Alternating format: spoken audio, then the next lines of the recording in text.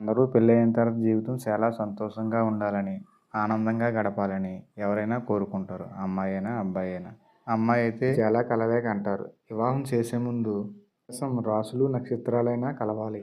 ఇప్పుడు ఈ మేషరాశి వారికి వివాహంలో సరైన జోడి ఎవరో తెలుసుకుందాం.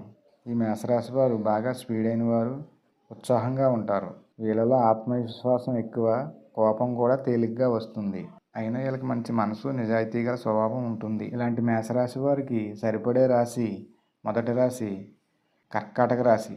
ఈ కర్కాటక రాశి వారు చాలా సున్నితమైన వారు, మృదువైన స్వభావం గలవారు, ఆలోచించి మాట్లాడతారు, ఓర్పు ఎక్కువ ఈ రాశి వారికి. ఇలాంటి వ్యక్తులు మేషరాశి వారికి వీళ్ళ దూకుడికి, వాళ్ళ ఆలోచనకి చాలా చక్కగా ఉంటుంది వివాహ జీవితం. రెండవ రాశి సింహరాశి. ఈ సింహరాశి వారు వీళ్ళ నిర్ణయాలు ధైర్యంగా తీసుకోగలుగుతారు, లీడర్లుగా ఉంటారు, టీం మేనేజ్మెంట్లో కూడా ఎక్కువగా ఉంటారు. వీళ్ళు మంచి తెలివిగా వ్యవహరిస్తారు ఏ విషయాన్నైనా సరే. ఈ రెండు రాశులు మంచి రాశులు.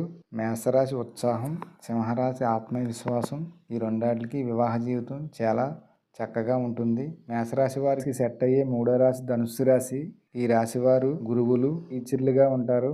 ఈ రాశివారు చాలా తెలివైన వారు, ఓర్పు నైపుణ్యం కలవారు, ఏదైనా తెలివిగా సులభంగా చేసేవారు ఈ రాశివారు. ఈ రాశివారు మేషరాశి వారికి వీళ్ళు ఒకరికి ఒకరు ప్రేమగా మారతారు. వివాహ జీవితం చాలా ఆనందంగా ఉంటుంది వీళ్ళది. ఈ మేషరాశి వారికి సరిపడే రాశి నాలుగవ రాశి మకర రాశి. ఈ మకర రాశి వారు చాలా కష్టపడే తత్వం ఎక్కువ ఉన్నవాళ్ళు.